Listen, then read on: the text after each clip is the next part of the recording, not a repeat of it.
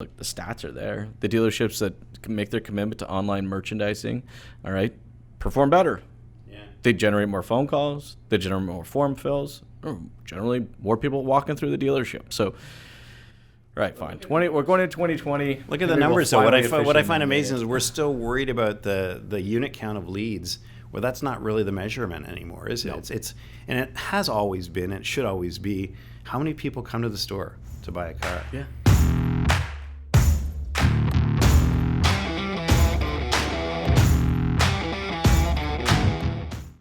Hey, what's going on, Podcast Nation? It is Jason Harris here with Digital Dealership Solutions. Hey, thanks for joining me on another episode of Strategy with Jason. Today I have my guest, Randy. Randy, thank you so much for taking the time to come jam with me today. My pleasure. Good to see you again. Yeah. Just a couple weeks ago we saw each other. I know, Think right? Dealer.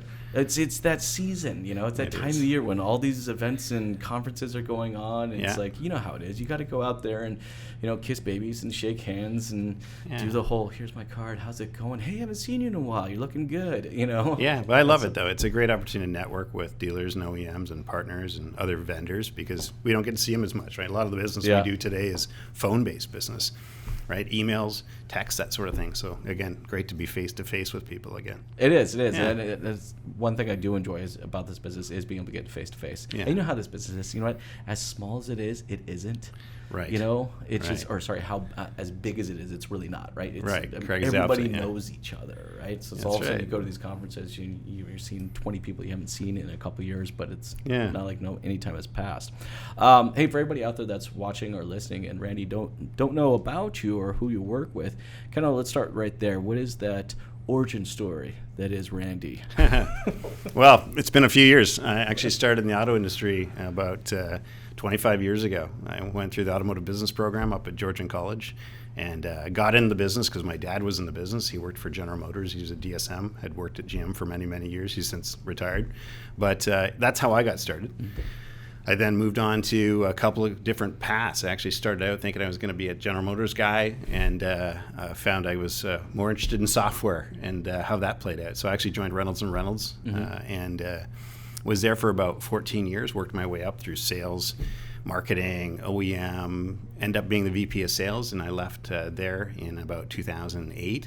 And then I've joined a couple different software companies since and have always found that that's to me, an exciting part of the business because I love the car business, but I also love how technology plays in that space as well. Yeah, technology is always kind of pushing us to just do better or be better or improve on what we're currently doing right now, right? Yeah. So what company are you working with right now? I'm with Car Media 2.0.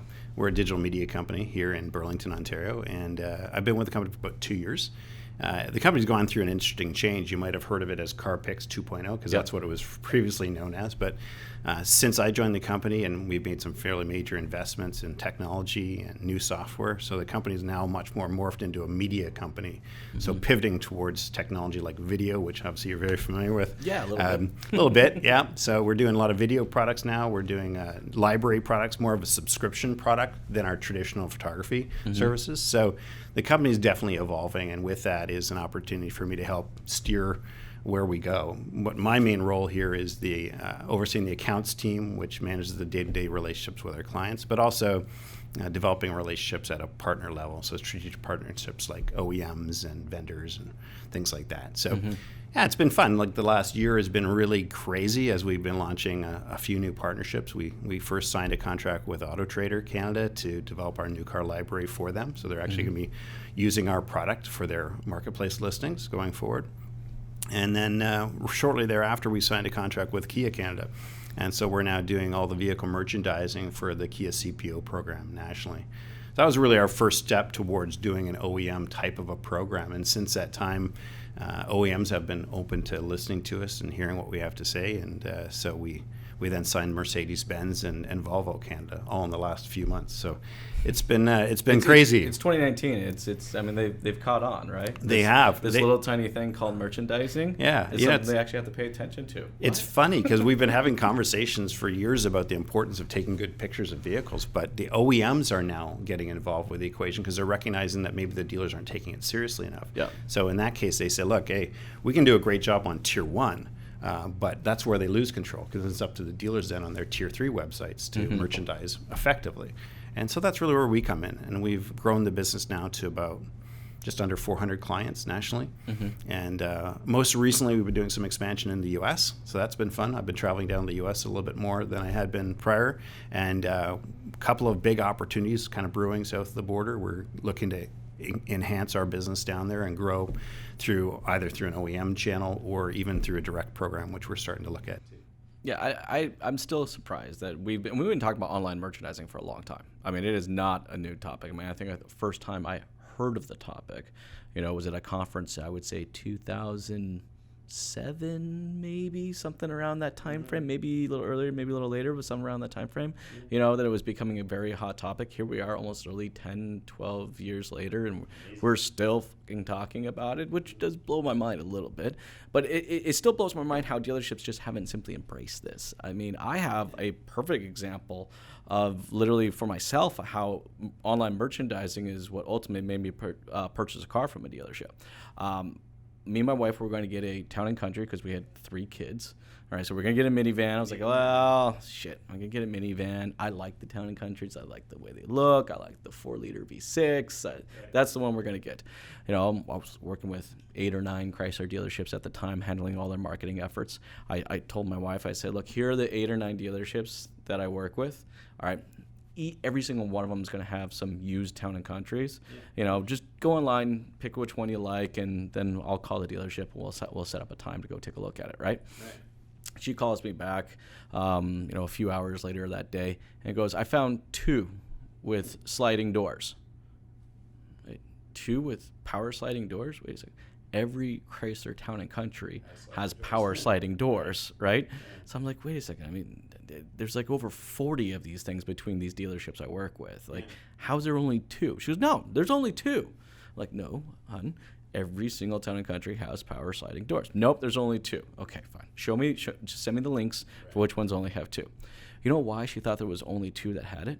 It was the only 2 dealerships that took a damn picture of the button for the sliding doors. Right. Because none of the other websites had taken a picture of this little button. She assumed that car did not have that feature. Yeah. Seems amazing, doesn't it? Yeah. And it's not like my wife is a unique car shopper. I mean, this is consistent. This is how we shop. I mean, no one's gonna go down and read the damn specs on the bottom of a VDP page. You might as well bury dead bodies there because no one's looking there, right? So, I mean, what is like I said, I'm still perturbed that here we are 2010, we're having to push dealerships to buy into this stuff. But what do you guys get as far as roadblocks when a customer is unwilling, it tastes bad even trying to say that, unwilling to really embrace online merchandising? Well, it's funny because we don't really outbound call to dealers. Most of what we do is we get referrals. People call in, they send us a web form, they inquire because they see our work and what we've done, which is a pretty smart move. Our founder of the company, Bart Texa, who started the business basically in a basement, going out and with a briefcase, shopping door to door, selling his services. And the funny thing about that is the reason why he started the business is because he recognized there was a gap. He was shopping for a car, and he couldn't find any good photos of cars online, just like your wife, right? Yeah. And so he started up his own business. He was a photographer and decided that would be a good thing to do, and he started, and a few years later, got it to where it is today. And the interesting thing is, although it's changed and a lot of dealers are now focused on merchandising, it's amazing how many still don't. Yeah, right. We look at the numbers, and again, we're not really outbound selling. We take inbound leads. What Bart did, which was very smart, is he created the stamp or the watermark on the bottom right-hand corner of the photo. I was going to ask you about that because that has been there. I remember when it was CarPix 2.0. That's right. I remember the day I saw that. It was consistent. It just seemed like it just kind of... It was his brainchild. He recognized that as a little water logo. He recognized as a small business owner that the only way he could really get the word out was to stamp and brand it. Like an artist signs off on their work, right? Yeah. Same sort of concept. And so that's how we did it. And since that time, it's allowed us to get into markets in the U.S. Dealers have contacted us and say, I saw your watermark on a dealer's site that I happened to run across that looks amazing to me. So that's how we got our word out and how we continue to really market most of what we do. It's a word-of-mouth business, and it's a referral business for us. I think that's so funny. I mean, think about it, right? We're talking about how dealerships can increase their business through embracing imagery and online merchandising. And ironically, that is actually what increased your guys' business. Right. Right? Is the fact that people were embracing the online merchandising. Yeah. All right. And we know people are looking for it, and other dealers seeing that little watermark actually what exponentially increased your guys' business. Absolutely. Now, I'm curious how fast. So because I remember when it was CarPix 2.0, but I can't remember how long ago was that. When did I start seeing it? It's about just over 2 years ago where we changed it to Car Media 2.0. Okay. And then CarPix 2.0, how long was it with that brand name? About 6 years. So the company's about 8 years old. I was thinking about almost 10 years, so it's 8 years. 8 years. Yeah. And it just... And it started as a company growth. with, 1 or 2 people, and then Bart got a friend of his that he used to know from school, Emmanuel, who joined him and became his business partner, and then they kind of grew it from there. And then next thing it was 3, and it was 5, and it's funny when you look at the photos on the wall. We've got photos of our Christmas parties over the years, and it's from like 3 people in a basement to now 30 some odd people across Canada that work for this business. And that's just our core operations team and our sales, our accounts team.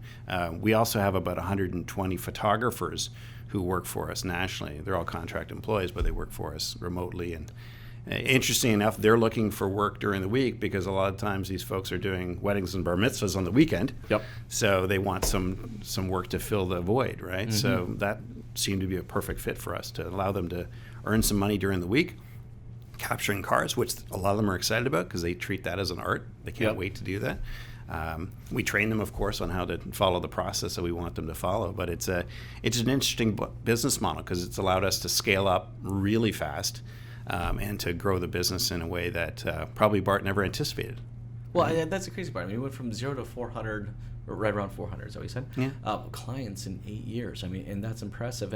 And the funny thing is, I don't think I've ever seen a whole lot of marketing efforts coming from you guys. That's right. It's that watermark that has kind of done the job for you. So it's like we're trying to convince the dealerships that their images can increase their business when, in fact, that's exactly what it did. Images increased your guys' business. Yeah. And we've recently started investing some time and money into LinkedIn advertising and other types of promotions, you know, following up with existing customers with e-blasts and things like that. But a lot of that has come because we've introduced new products, right? Yeah. And, you know, going back to your question earlier about how few dealers merchandise, it's startling to me how few still don't do a good job on that front. Probably about, I would say 30% of dealers are doing a really great job on merchandising. They make a real commitment to it. Yeah, and then the other one's treated when we talk as video, it's even less. It's less than 5%. Way smaller. Way smaller, right? Yeah, and that's an area where we see tons of growth opportunities in video. And, we attended the same Think Dealer conference a few weeks ago, and one of the things they talked about, Matt Groden from Google Canada was talking about. He's a cool cat. He's a great guy. Yeah, I got to meet him a few years ago, and have enjoyed working with him. And one of the things I find amazing about him is he speaks to the industry, but he also is he's an Ontario guy, a small town Ontario guy, right? From Wyerton. And but he speaks about the importance of video and how YouTube has grown and how important it is for dealers to promote video. One of the things I thought was amazing from that event was like 40% of people who watch a video, their next step is to go visit a dealer. Yeah. And no, they don't submit a form lead. Right, they don't click on the 10 different form leads that they have. They don't have to. They don't have to. They're armed. They're well informed, right? I think it's weird that our marketing efforts are still out there, for the most part, strategically designed to generate a lead. God, I hate that word. I so hate the word lead. Like, I really do. Anyways, let's call it an opportunity, right? Generate an opportunity. When, in fact, why are we trying to market to get them to fill out a fucking form when really we just need to be marketing them to come into the damn dealership? But no, all of those call to actions are fill out a form instead of a call to action say come into the dealership, right? Yeah, it's old school thinking. It is old school thinking, right? But it's also, I think what it kind of comes down to is also our inability to embrace the concept of branding. See, like, it's what you guys did knowingly or unknowingly by watermarking every single one of those bloody pictures. All right, you slowly started to create a brand. People can associate the quality of that picture on that dealership's website with that brand, and just it's just the exponential amount of dealerships that had that out there. And it's like, if you wanted that quality of picture, this was the company you did the business with. Dealerships, though, are constantly in this new customer acquisition it's just I got to acquire, right? Yeah. It's just like more leads, more leads, and spend almost no time developing out a brand. Yeah. Which you guys have literally, that's your backbone. You built. Your growth pattern has been off of this brand. Well, a lot of dealers are doing a good job on that front now. I look to the folks at FAF who have built a brand. It's a great example of a company that has a multitude of brands that they sell, but when people think of FAF, they think of FAF. They don't think of Mercedes. They don't think of Audi. Yeah, they don't think of FAF, Volkswagen. They don't think of Volkswagen. They don't think of the Hyundai dealership. It's just FAF. They know they can buy a vehicle that they want from that organization. Yep. And DeLowry's done another very similar job, in my opinion, most recently promoting their VIP experience, where they're delivering cars now to consumers, taking a page from the Genesis playbook, right? Yep. I think those companies have done a great job, but I look back to even when I started my career, not that many years ago, maybe more than many years ago, but anyway, I worked with a company out of London called the Finch Organization. Yep. And at the time, Brian Finch was running the store, and I was telling this story earlier to some of my team members. It was kind of funny. He actually was one of the first dealers I know that was promoting his name and his brand. Mm-hmm. And so he had these company car shuttles that were taking consumers back to their home. He had demo cars. He had all these cars on the road. And so he decided that's a great branding opportunity. So he created the tagline, which was amazing to this day, is "What's in a name? Everything." And it had a picture of Brian or a picture of his general manager, Dale Werfel, or one of those folks. And I thought that was really innovative at the time, right? Yeah. And it was really groundbreaking. And I think more dealers should take a page from that book because, there is a lot of franchise dealerships across the country. And how do you differentiate, right? How do you stand out and what's your why buy here, right? What makes people want to come and visit your store? Well, let's go into the why buy because I think that's actually kind of important, right? I think, technology does have a part with the why buy. We were talking a little about this earlier before we started recording, was digital retailing, right? Yeah. And people that are embracing the concept of digital retailing as kind of a box solution for why buy here. It's like, oh, look, someone actually provided me a reason why to buy here. I can capitalize on this. But to your point, we talked about this earlier, I would say less than 35% of people actually merchandising online well. How the hell all of a sudden we decided to jump years ahead and start offering a full-blown e-commerce solution online when we don't even have the damn shopping experience online nailed down? Like, are you seeing this problem too? I think the technology has enabled it. It was kind of, we're now in that sweet spot in terms of the tools that are available. Yeah. And I think that's why digital retailing has taken as long as it has to come. And the reason why I say that is because when you look at like Dealer Access and Curamax, when they joined together to become Dealer Track, they became a finance portal, and the finance portal enables you to submit credit apps, right, electronically. Yeah. So that was step one. And then we started looking at companies that have value trades, Black Book, Kelly Blue Book, things like that. That's another piece that you need to do digital retailing. And then the next step from that was, these tier 3 websites that are enabled with shopping cart technology, like what Moto Insight does, an example, where they allow you to go in and start the process online at home and finish as much of it as you want, or do it at the dealership. Yeah. And I think those kind of three pillars, if you will, enable digital retailing. Because now it's possible. But we skipped one of the most important ones. Yeah. Like, I mean, Sure. we got ahead of ourselves. Like, we got ahead of ourselves, and we're now focusing on e-commerce and digital retailing when.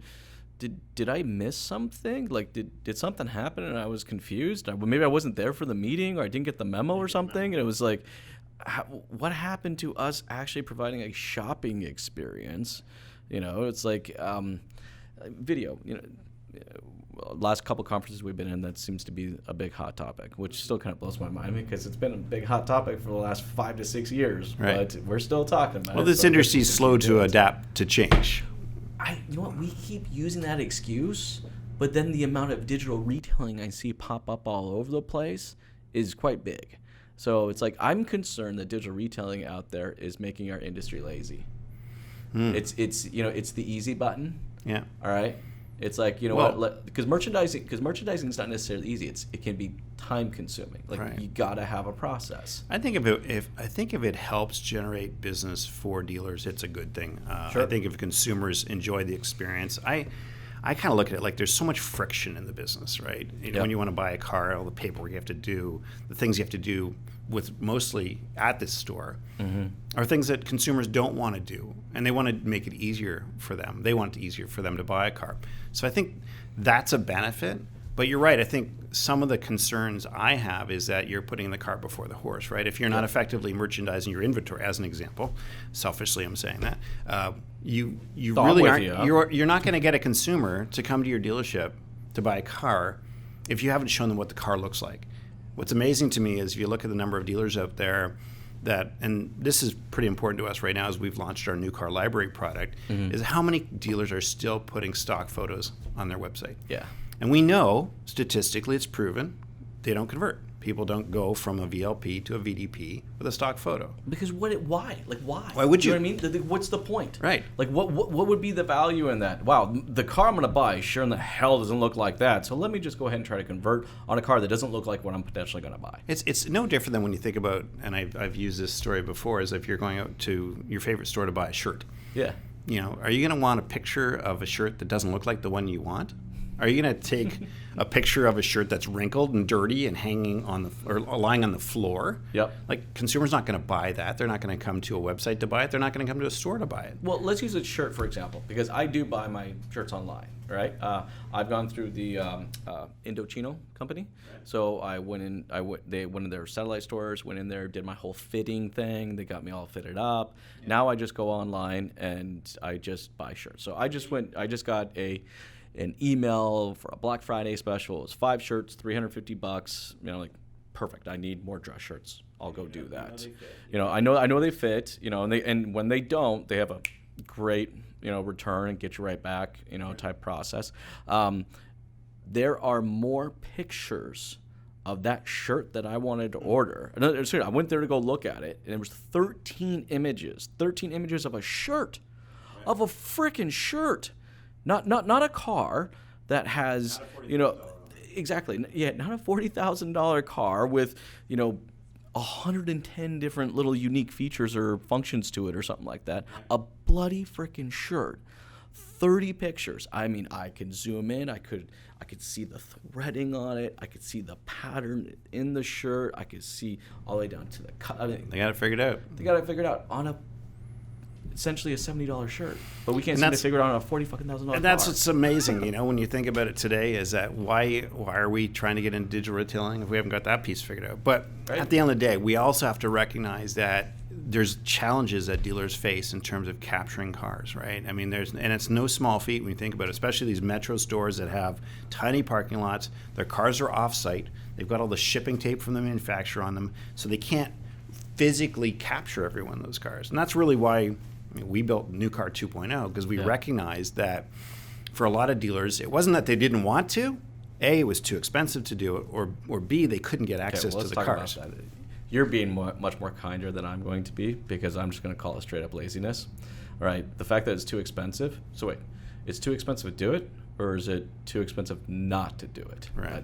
That one's a pretty simple one. What we know for a fact, all right, that a website well merchandised, all right, with well captured videos will convert 30 to 60 times higher than one without. Absolutely. So okay. So maybe I'm being too nice, but I'm also in the business of trying to sell what we have to sell, and the reality is we have to deal with our clients, and I like to be sympathetic to dealers because I understand that they have challenges of their own, right? Everybody has their own challenges in how they want to run their business. If I want to lose 20 fucking pounds, guess what? I got to actually work at it. You got to do it. Do you know what I mean? Yeah, that's right. Like, it's not like I could get to sit there and say, well, it's going to cost a little too much, or, it's the time it's going to take to do it's a little higher. If I want to lose the 20 fucking pounds, I got to do the work. And do the work. Right? If a dealership wants to increase their online conversions, if they want to increase their in-dealership traffic, all right, to me, I'm just like, I don't care what the excuse is. Yeah, right? You got to do it. If you want it, you got to do it. It's interesting for us. We've anecdotally known for years that we help dealers sell more cars, right? Yeah. We know that we provide great photos, and we know that consumers gravitate to those photos. There's no doubt for us. But what's interesting for us as of late, because of some of these new OEM partnerships that we've formed, we now have access to analytical data that tells us what is actually happening. There you go. And so, when we launched the Mercedes and Volvo program, those companies looked at the data from their website providers and said, look, let's compare dealers that are on Car Media 2.0 to dealers that aren't. And what was amazing is we actually got real life data out of that helped us to illustrate that our customers can generate 12 to 15% more leads. Just leads. Just leads. So we're talking form fills. I'm talking form fills. I'm talking click to calls. We're not even talking about walk-ins. No, and we're not really able to measure that. And it's more about what we can measure are things like the number of people that will click from a VLP to a VDP. Yeah. And then the amount of time they spend on the VDP with our photos and our videos versus the others. Yeah. And it was quite compelling, and it was really rewarding for us to recognize that we can actually make a material difference and now justify 100%. why dealers should invest in what some perceive to be a job they give to the lot guy. I don't even understand that. One of the most important parts to a customer's journey is their shopping experience. And let's give that responsibility to someone who does it part-time. Doesn't give a shit. Right. And doesn't ever partake in what the results of those efforts can ever be. Like it just... it happens all the time in car dealerships. I mean, I grew up in the business. I've seen it time and time again where they find a part-time job for someone who's already on the payroll. And it's not necessarily the best thing to do. Like it's great that you've got someone who, let's say they're a receptionist, but is it great for them to now handle inbound calls for sales leads? Maybe not. Maybe they're not qualified to do it, right? It's a jack of all trade, master of nothing kind of crap. A few. You know what I mean? Yeah. Like it's just... Yeah, you see a lot of that. It has changed. It has improved in some areas, and I think, as I mentioned earlier, one of the things that I'm excited about is it's now becoming an important description of a business. It used to be you'd think of a dealership, and what would they need? They'd need a website. They'd need a lead management tool. They'd need a CRM tool. I remember when they actually would argue with you if they needed a website. For sure. You've been in the business long enough to remember that. No, absolutely. I legitimately remember being in a conversation where someone looked me straight in the face and said, "My clients don't go online." All right. I think we're finally past that stage, I would hope. Thank God. But we're still, unfortunately, at that one stage here. Apologize. Well, what I was going to say is that I think it's interesting that in our business now, and we're seeing this, is people are calling up asking about our vehicle merchandising solutions. It's not about taking pictures of cars anymore. It's like it's literally become a business unit like CRM is, like websites are, like lead management are, right? And they recognize that. And even the OEMs. The latest two that we've been working with have a program specifically around dealer images or vehicle merchandising. Yep. So they get it. They understand the importance of it. And for us, it just helps us to get our word out more effectively to the dealers and help them to understand that it can be done. And, one of the things you hear a lot of, and, you hear lots of excuses in this business. Well, the car's in the back, it's covered in snow, I can't get to it, right? All sorts of reasons. Yep. But you know what? If you look at the right solutions and the technology that's out there, there are ways in which you can actually capture a car in the winter and make it look real and make it look like it's still sitting in front of the dealership. And those are some of the things that we do as a company that I think stands out. Yeah, you guys have done some pretty cool stuff, like you have, right? With the dealerships out there, I'm curious, how many, actually, that's a question for you. How many manufacturers right now are making it a mandate? Do you know? Because I was thinking about that as we were talking. I'm like, I don't know of a manufacturer that has gone as far to the point yet where they've officially made it a mandate. Well, Kia Canada is the first one to mandate that dealers, the Kia dealers that are selling CPO vehicles, all have to merchandise through us. Okay. So that's the first one that I know of.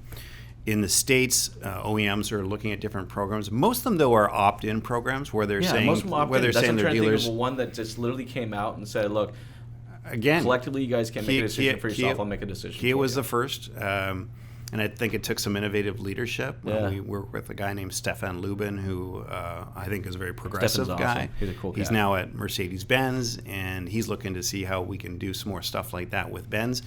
But I don't want the OEMs to come out and mandate one solution, because I think if we look at what's happened in the past with a lot of programs, OEM programs in particular, is they'll mandate one product, sort of like GM and CDK and websites, right? Which always never works out well. But I would just love them to actually come out and mandate that they have to have a commitment to online. Yeah, and that's what I would love to see. I echo that sentiment. In fact, I think they should recommend a short list of vendors, and then dealers can choose. And in my opinion, the multi-vendor certification model is the best way. Yeah. And it helps dealers still get a choice, but it also helps the OEMs by picking, working with the dealer network to pick a good group of vendors that can fit in that space, right? And can deliver the results. At the end of the day, I think the OEMs would love to see every one of their dealers merchandising. In fact, a couple that we've been talking to as of late are saying to us, hey, we recommend you guys. Yeah. Because we recognize you do good work. We're actually auditing our dealers' websites now, and we're finding that dealers that aren't compliant with our brand standards, because a lot of OEMs now have photo guideline brand standards. Yep. GM is an interesting example where they want all Cadillac vehicles to have a Cadillac banner behind it. Yep. Right? All Lincoln dealers have to have a Lincoln banner behind it. Well, there's complexity and challenges that go with that, and it limits the abilities for dealers to do that. Yet the OEM, of course, wants to focus on their brand of choice. So, yeah, GM and Lincoln are both doing that sort of thing. Obviously, they're both multi-brand OEMs. But I'll tell you, the OEMs across Canada and the U.S. are getting serious about this stuff now, and they're recognizing that, yeah, we can lead the horse to water at the Tier 1 site, but once we're past that, it's kind of like... Well, it's beneficial for them. So it actually surprised me it's taken them this long. I mean, they went as far as mandating you had to have a website, right? So it surprised me it's taken this long that now they're going to start mandating if you're going to do your online merchandising or not. Yeah. I mean, the stats are there. The dealerships that can make their commitment to online merchandising, all right, perform better. Yeah. They generate more phone calls. They generate more form fills. Generally, more people walking through the dealership. So, right, fine. We're going into 2020. Look at the numbers, though. What I find amazing is we're still worried about the unit count of leads. Well, that's not really the measurement anymore, is it? No. It's and it has always been, it should always be, how many people come to the store to buy a car? Yeah. Right? And if we can drive that number up, if we can improve that number overall, higher tide raises all water, right? That sort of concept. And I think if we can do that and we can help dealers continue to grow, our business will continue to be fantastic. I've been in the business for 25 years, and the age-old saying is even a bad year in the auto business is a good year. Yeah. It's kind of true, isn't it, right? True. When you think about it, maybe the exception of 08, 09. Yep. But beyond that, it's been a pretty good run for many, many years. It's tough for us as a marketing company because I only have 2 mandates when I work with a client. Fortunately, these 2 mandates have held me back from working with a lot of dealerships out there. First mandate is that they absolutely have to have a commitment to their online merchandising, right? Second mandate is that they actually have to participate in the marketing efforts. This is not sign a check and just turnkey, right? You actually have to do the work, But I'll tell you, those 2 things and that first one has held me back from a lot of dealerships. It has held me back from a lot of dealerships because, for me, from a marketing perspective, because we see the analytics all day long, it doesn't matter how amazing my Facebook ads are, my Instagram ads are, my story ads, or my videos, or my HTML5 ads, or it doesn't matter any of that. All right, how I segment them and develop them out. If someone can't go online and have a clean shopping experience, I can literally see the analytics.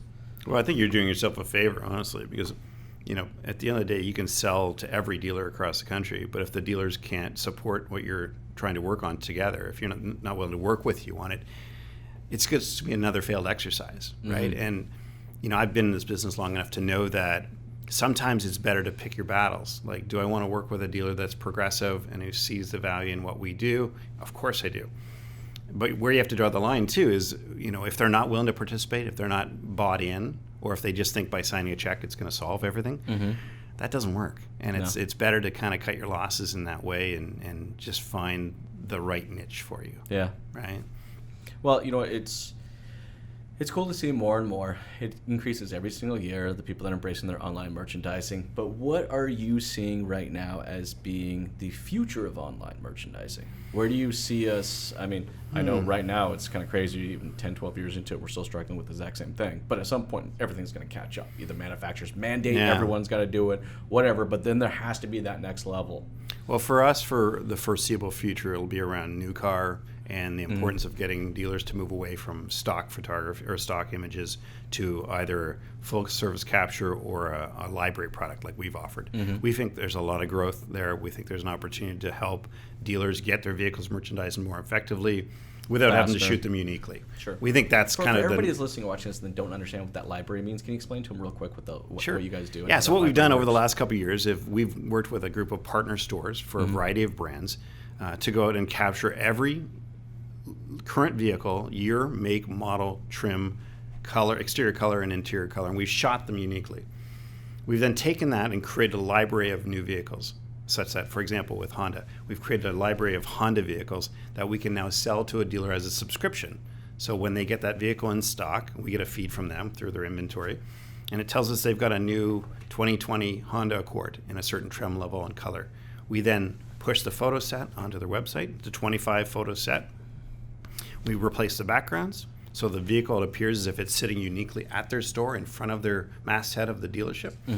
And that's a massive improvement. Think about trying to do that in the middle of winter when you've got a foot of snow. We've got some snow outside right now, but it's probably going to melt. But the reality is, once winter kicks in, it really changes and limits the ability for dealers to merchandise their cars. So this is a logical solution that we think will really help dealers move from season to season and avoid those situations like a car that was maybe purchased or in February and they still have it in their lot in April and it's still got snow on it.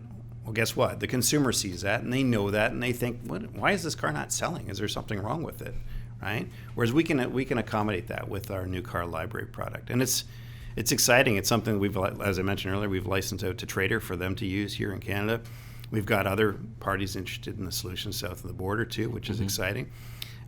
So that's kind of the status quo over the immediate future. I think beyond that, we're looking at new technologies that we're developing right now around cloning that allows you to shoot one car and then clone it onto multiple cars. It really is a similar solution to our new car library, although it allows you to get more granular in terms of the features on that particular vehicle. Gotcha. Beyond that, we're in the final stages now of developing what we call spin car. Okay. Which, if you look at companies like Carvana in the States, they've obviously bought that technology. They're using it in their stores. It's helped them be more successful because it's immersive technology. Yep. You can actually see the car. You can swipe through it. You can gravitate to the inside. You can sit inside the car and look at the dashboard, right? That's technology that isn't necessarily new, but it's something that dealers are slow to embrace.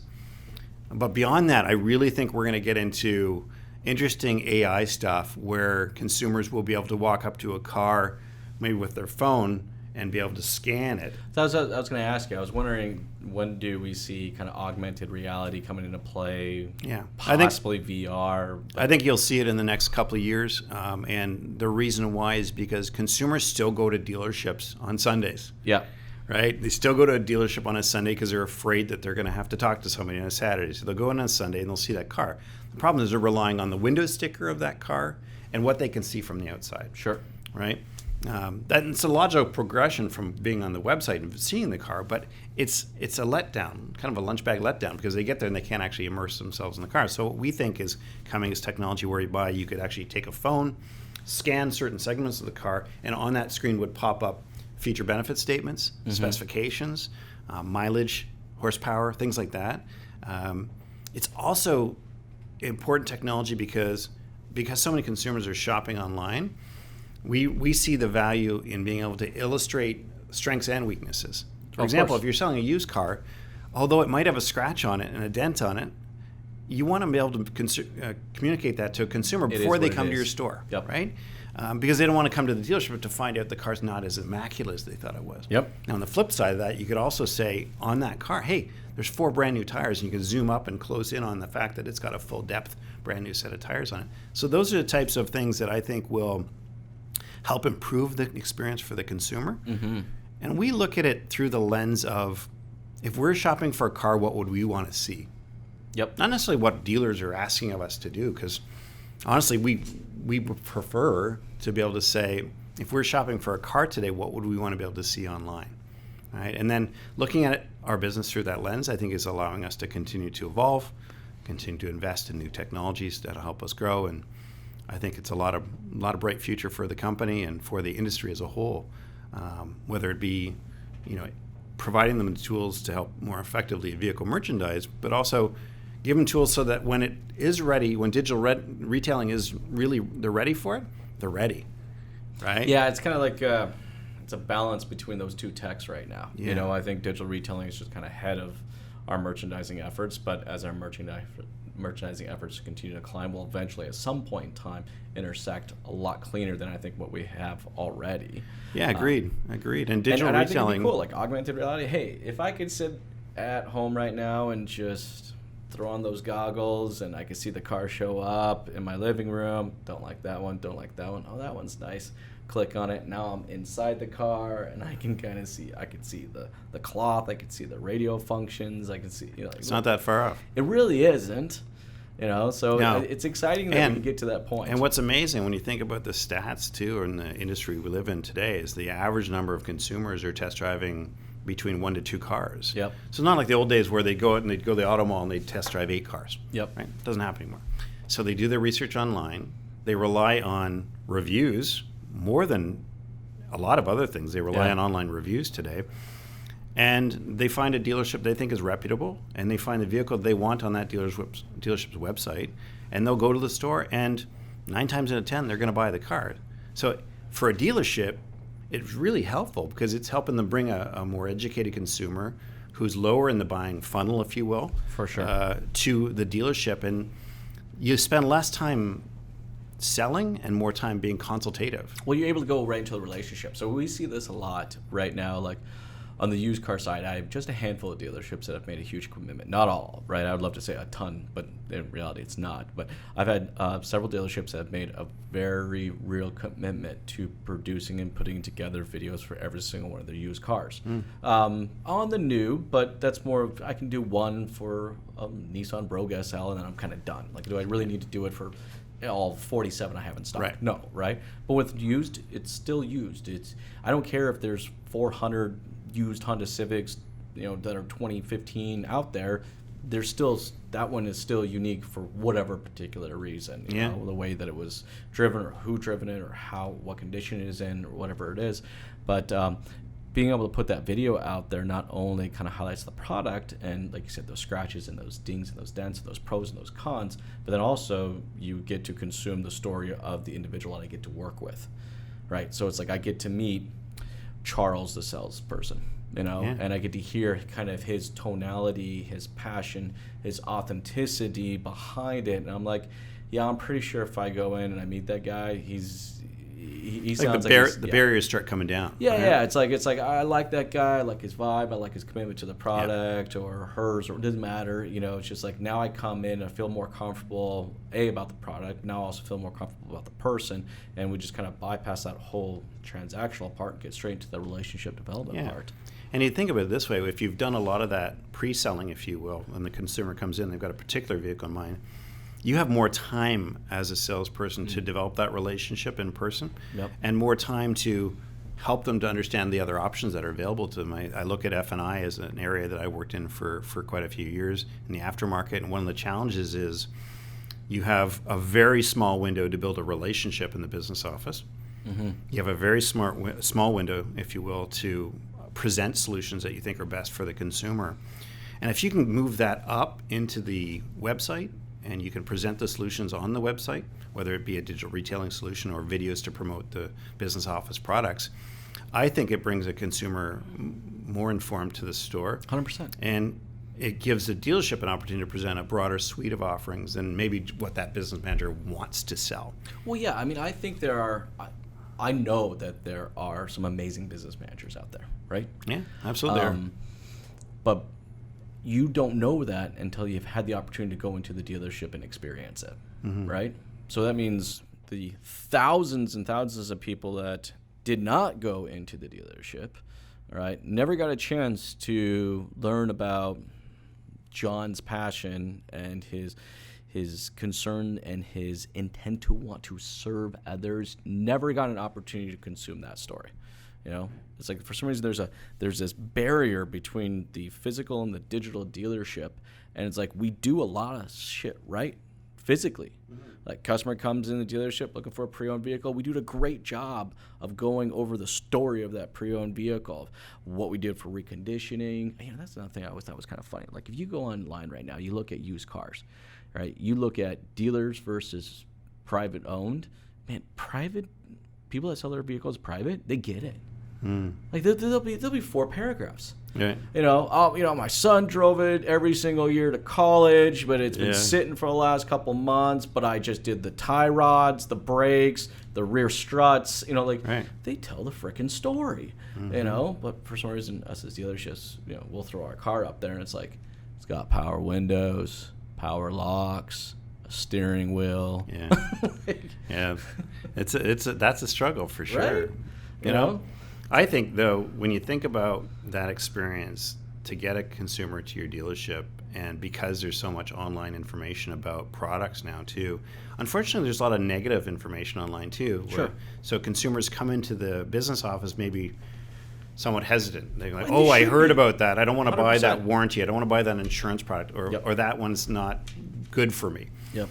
I think that's a shame because, we've kind of done it to ourselves. If we can now move that up so the consumers can find information online about the product. What I love seeing, when you talk about videos, why I think they're fantastic is, if you, in the business office, if you can have a video that shows why a wear protection product is right for your new BMW X5, because a replacement rim costs $2,000. Easy. And a new tire, because it's run flat, it's another $1,000. Wow, I can buy a warranty that can protect my vehicle to make it look new during my entire ownership cycle. Yeah. And they're doing it on their own. They're doing it in their pajamas at night on their laptop, doing this research, and then they're now coming to the store saying, themselves. "Hey, wait, this is actually a good thing I'm going to give you some more time to tell me why that's important," as opposed to trying to jam all of that into a 30-minute conversation, which, unfortunately, a lot of it has to do with bureaucracy and paperwork. There's so many documents consumers have to sign. It blows my mind that we do that at the very end of it, right? But I think what it is, kind of backwards, isn't it? Yeah, it's like, for some reason, we still look at our physical dealership and our digital version of our dealership as just being these 2 separate entities. And what we do and how we say things over here is not what we do and how we say things over here, but that is not what the customer wants. The customer wants a seamless, transition from online to physical. And why we are withholding information or not giving enough information on our online because we want them physically. Come on, it's 2019. It's getting this is that information is available online. I don't care what they say. And consumers can get be that. The source of it. Like, the dealership should be the source of the. You want to own it and present it in the best light possible. Like, to your point, you don't want a customer going out there and saying, "Should I buy the extended warranty?" Because you're going to find a whole crap load of videos about why they shouldn't, right? A lot of negative stuff. But not a ton of negative stuff, right? But no, very few people out there are actually talking about the positive. To your point, $2,000 wheel.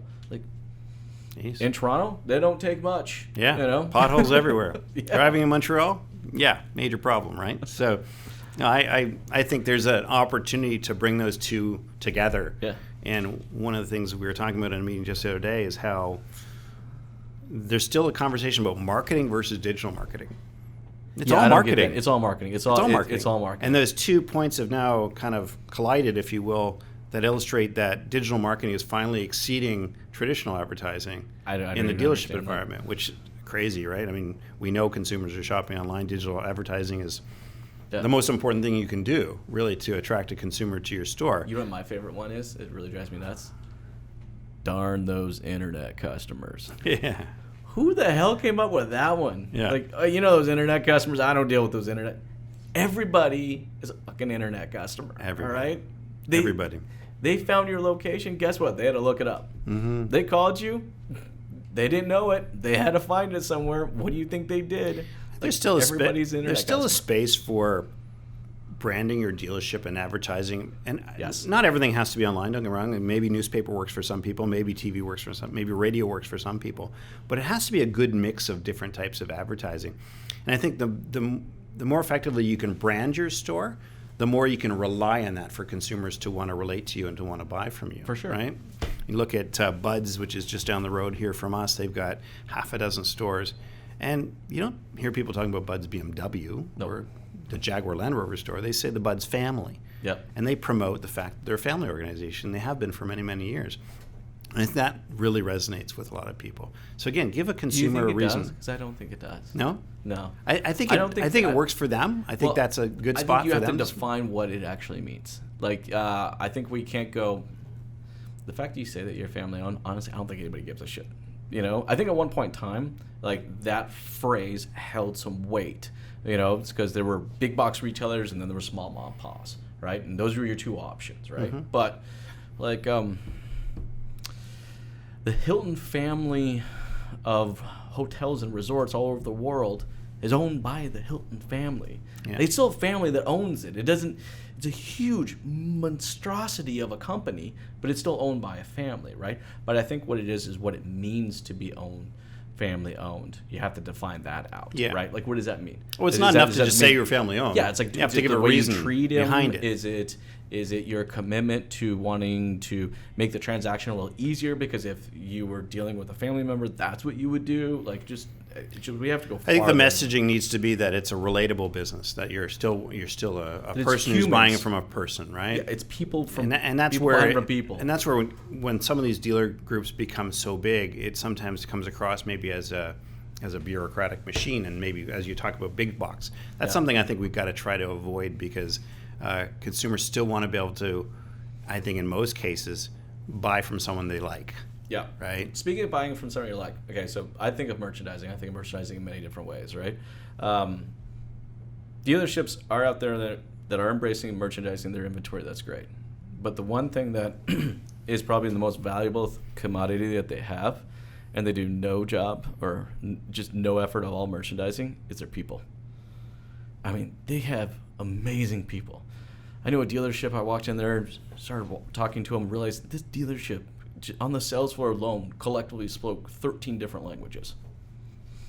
Mm-hmm. Collectively, this showroom had over 140 years of experience. I'm just like, well, holy crap. And you didn't know. Well, we don't merchandise probably our most valuable inventory. Go visit your client's website, and I will challenge you that probably 7 times out of 10, they will not have current photos of their staff members. They will not give you a contact information for any of their people because they want to push it all through the BDC. How they got started. None of that. We actually recognized it a few years ago, and we started doing employee videos. There you go. Which is kind of a cool way, and it's sort of like this interaction. You're asking funny questions. What's your favorite movie? What are you into? Blah blah blah. What's your favorite beer? That sort of thing, and it makes it a personal thing, and it makes the consumer recognize that hey, this is somebody who's just trying to make a living. It's not a salesperson trying to sell me something. It's someone who I can relate to. It's a human. It's a person. Yeah. So I think those are good tools. But man, I think if we see more of those types of things coming about, we talked earlier about the walk around video. Yeah. And on LinkedIn and Facebook, there's a lot of great walk around videos. There's some really cheesy ones, and then there's some that are just some really bad ones. I heard a story the other day about a dealership who the salespeople didn't want to do their own videos. Yeah. So the new salesperson they hired, they said, well, you're going to do videos because you're new. You're a newbie. You don't have any clients yet. So this guy took it upon himself to start creating these videos, walk around videos and things like that. And next thing you know, people started coming into the dealership asking for him. Yeah. And the seasoned salespeople were like, hey, why is Billy getting all the leads all of a sudden? Well, Billy merchandised himself. Yes. Right? And these other folks who are relying on traditional walk-in traffic or hoping that their referral business is generating the business that they want them to need to kind of wake up and smell the coffee. It's 100%. Not enough about that. And especially when brand loyalty is at an all-time low. Yeah. So consumers that were driving a Chev last year are going to drive a Nissan this year. The cars are great. They're all great. Like, me and you've been in the industry to remember when there were the good bad cars ones. And there were shit cars. Yeah. Like, there was... You remember the ponies? Oh, yes. Classic. Remember the K cars? Classic example. Like, you know what I mean? Like, there were good cars, and then there were cars you drove for a couple of years, or 4 or 5 years, and then threw away. Now everyone's making great cars. Everyone is making great cars. I was in a Hyundai Elantra the other day. First time I probably sat down. It was a brand new 2020 Hyundai Elantra, and I was just like, was this an Audi? I mean, it had the tablet-like screen, and soft touch points, and carved seats, and I was just like, holy crap, no one builds a bad product anymore. So to your point, and that's what I would actually like to start seeing more in these conferences. Like, okay, I think you taken the bat about merchandising our online inventory enough and beaten us over the head, even though, we're still not doing it well enough. But it should be like, what's the next evolution of merchandising? And our most valuable inventory at a dealership is our people. And it's like, and it's also the salespeople. How are they merchandising themselves? Right. If the dealership's not going to make the commitment to it, then damn, the salesperson. Take it upon yourself to do it. That'd be advice I would give to a salesperson today. And simple little things like, I read an article on LinkedIn just this week about a signature line. What sort of signature line do you put on an email? And some of them are so bad, you think to yourself, like, is that the way you want to present yourself to someone who's taken this time to submit a lead to your dealership? So, we've got to continue to get better at this stuff. And I think, those of us that are a student of the business, like you and I are, we've got to continue to drive that message out there. And I'd love to see more webinars and workshops and things like that help drive that message home.